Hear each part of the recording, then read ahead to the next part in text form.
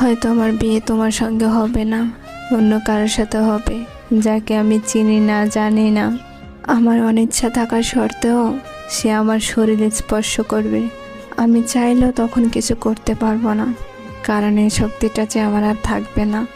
আমার অনেক ঘৃণা লাগবে, কারণ আমাকে অন্য কেউ ছোঁয়ার কথা ছিল, এইটা সে না, অন্য কেউ।